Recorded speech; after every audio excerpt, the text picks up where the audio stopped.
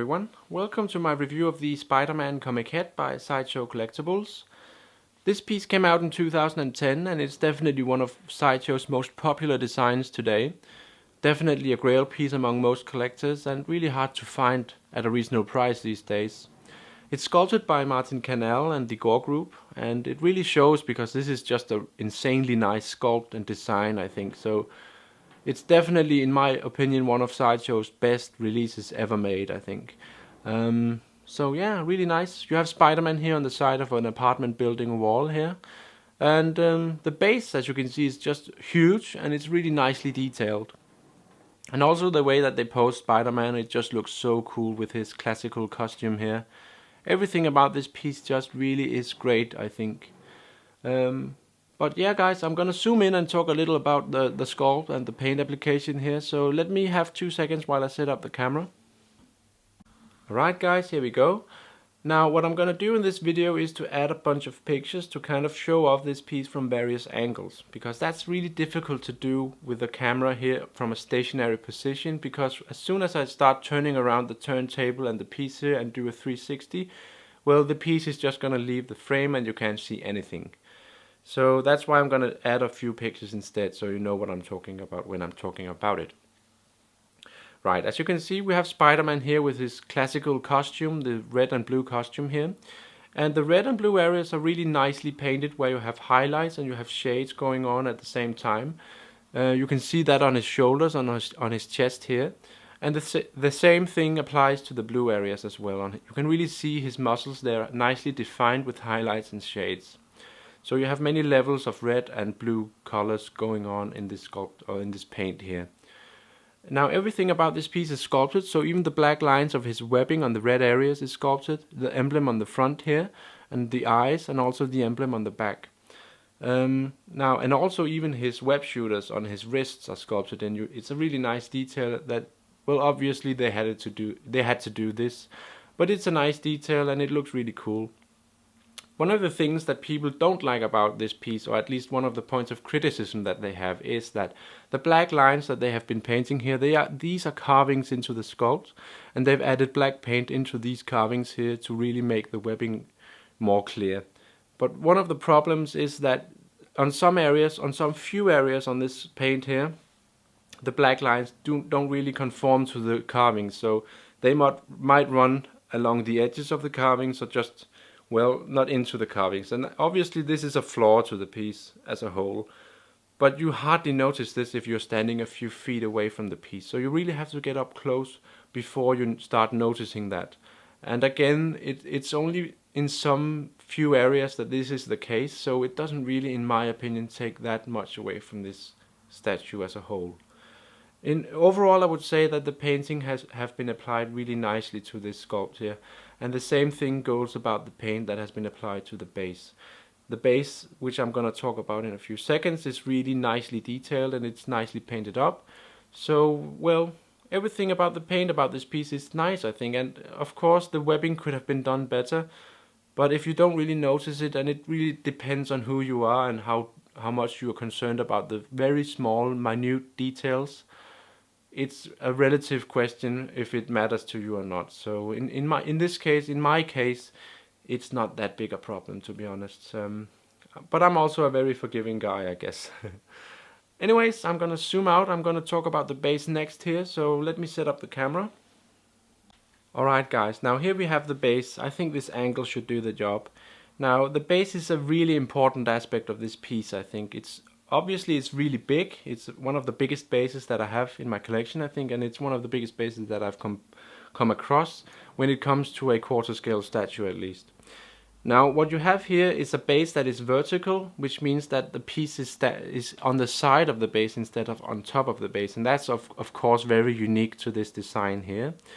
And what the base does is that it really does a lot to tell the story about Spider-Man. Of course, this is an exterior of an apartment building, and that really shows or sets the theme of this character, I think, where you have this New York, your typical New York building here, and it just sets the mood or the tone of this piece, and I like that the base does that and it has that effect, because it's just a really nice way of using a base to tell the story of the character, I think.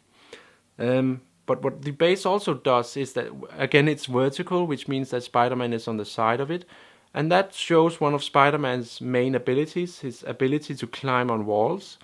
And we all know he can do that, and we're not surprised by it, but to actually be able to see that in the design here, in my opinion, that is a really nice thing about this piece. So I really think they've really gone in a right direction with this base here. It does a lot to tell the story about the character, and that's really nice. And obviously they've put a lot of love and attention into the creation of this base and in the design. If you turn it around, you can see there are so many details about this thing here. And on the back even, you have this inside of the building. You have the wallpaper with all the cracks, and it really looks worn down.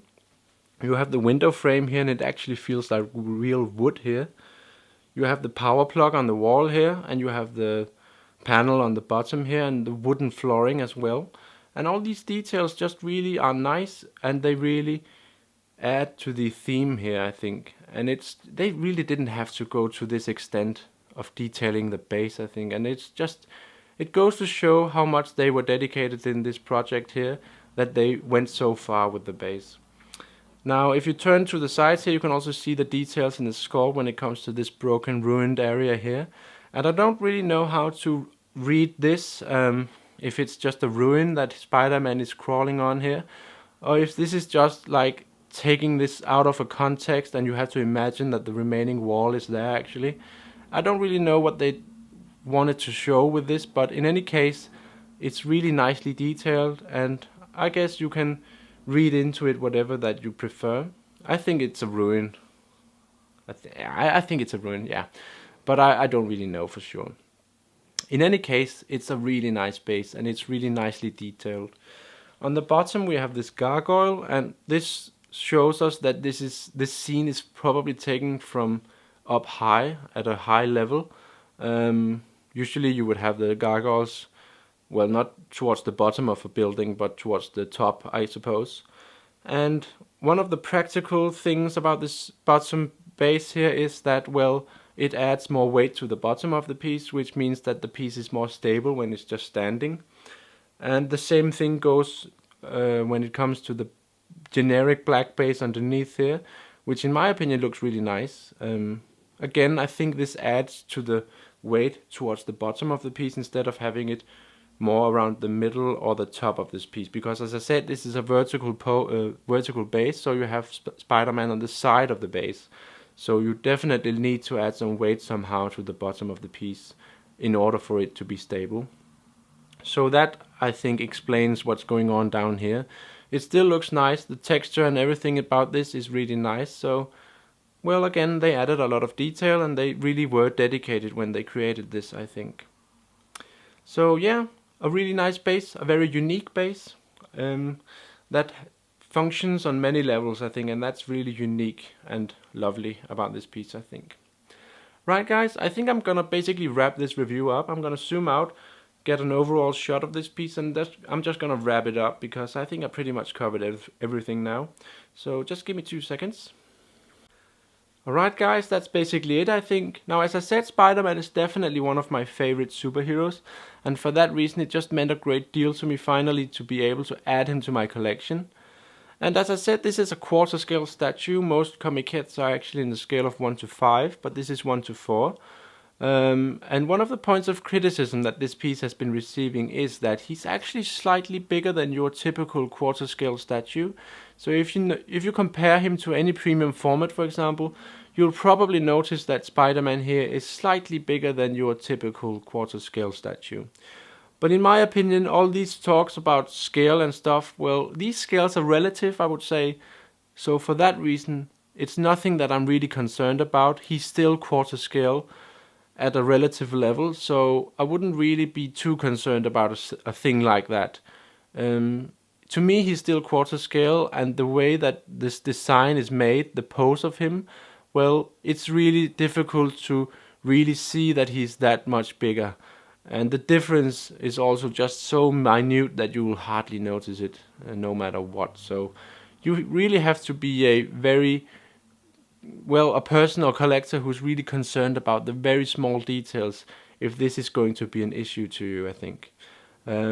at least it's no issue to me, and I'm still extremely happy with this piece. I think he is probably my favorite piece right now, simply for that reason that he's, well, a character that I just really hold dear. I grew up with Spider-Man, reading his comics and all that, so he's really a Grail piece to me, and that's the thing about Grail pieces, I think. They are just relative. I mean, it's all about a piece that you feel some kind of personal attraction to, maybe because you grew up with it like me, and for that reason, any piece that you have in your collection could be a Grail piece to you, if he just has this personal meaning to you, on a deeper level, I guess. So that basically is everything I feel I needed to say about this piece. If you have any questions or comments, of course, go ahead and post them down below. And do remember to like and subscribe my channel, if you don't mind. Alright guys, that's basically it. Thanks a lot for watching, guys. Take care.